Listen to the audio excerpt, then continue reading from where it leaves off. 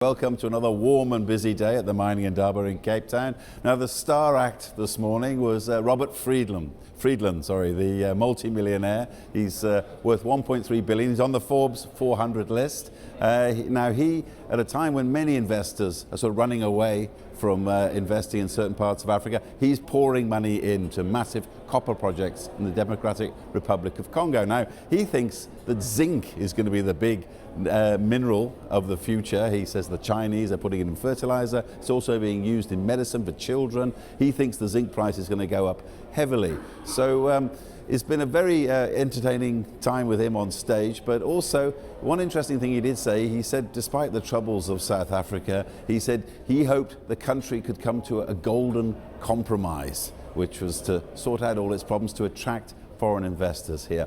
So earlier I spoke to a man with arguably the toughest job in mining right now, Simon Scott, the acting CEO at Lonmin. As you probably know, the platinum producer has suffered terribly in the last 6 months with unrest and also the terrible Marikana massacre which happened back in August. Now he has got the job now over the next year of turning the company around. He seems to be quite into the job, but let's take a listen to what he had to say. We've had a very good quarter, so we're very pleased about that. We came back from a very traumatic period in Lonmin's history, 6 weeks of strike in August and September. But the quarter that's just ended, the December quarter, we're very pleased. We've had the safest quarter in Lonmin's history, so all of our safety statistics are better than they've been before.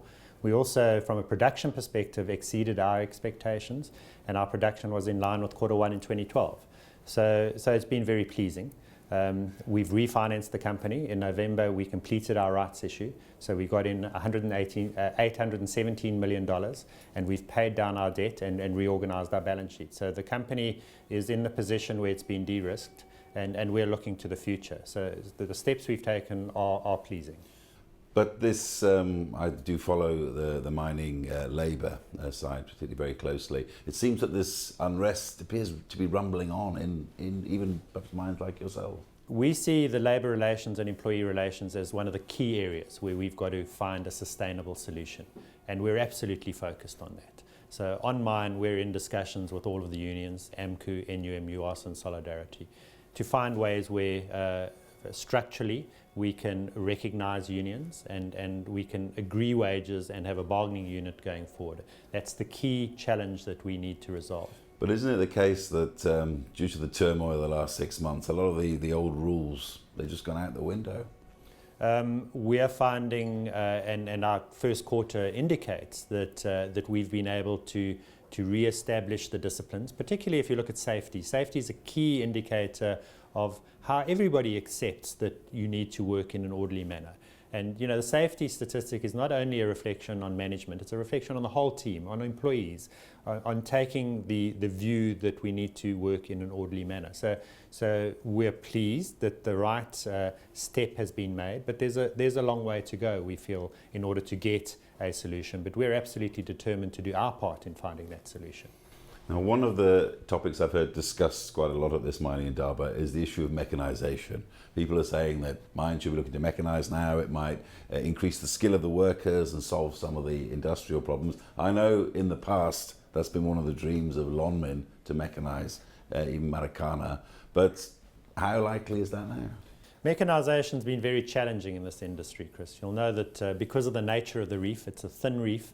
It's a waving reef at times, and Lonmin did at one time look to mechanisation in order to improve its operational position. It's something we've stepped back from. We are following a conventional approach, and it's not something that we envisage growing significantly in our operations in the future. I think there are ore bodies that do lend themselves to mechanisation, but not typically in the Western Bushveld, unfortunately. And what sort of targets now? I mean, bearing in mind you're trying to reduce your debt, you're trying to plan for the future and recover, but what sort of targets are you looking at for production in 2013? Chris, we've paid down our debt. That was part of the rights issue, was to raise the $800 million and pay down the debt and de-risk the company. So from a financial position, the company is de-risked. We've set targets for the current year. The production target we set for the current year in terms of raising the capital was 680,000 ounces of production. We're slightly ahead of our plans, but we are maintaining the guidance for the current year in terms of that it's a risky environment that we operate in. So we're confident about our guidance, but we're not reviewing it at this stage. And how does that compare to previous years, 680,000, and what are the chances you may exceed it? We envisage getting back to a run rate of around about 750,000 ounces per annum in our quarter three. And that was where we were at last year, and that was where we were at prior to the strike. So that's what our plan says. We envisage keeping this company at that sort of level for the next 2 to 3 years, and that's what our capital plan is envisaged on. But if prices improve, and when prices improve, we certainly have the ability in a shaft like K4, which we have on care and maintenance at the moment, but it's a new shaft, it's a shaft with wonderful infrastructure, and it'll provide growth for us in the future at the appropriate time. And what about yourself? You've said in the press that you don't wish to be considered long-term for the top job. What is the company doing about finding a successor for Ian Farmer? The board outlined that Ian stepped down in December, and the board's outlined a program of finding a permanent CEO. I'm absolutely committed to acting as CEO until they find the right person, and the team is supportive, and we are doing a good job under the circumstances, as you can see from our quarter one results. But when the new CEO is found and that person is in place, then I'll move back to doing my job as CFO.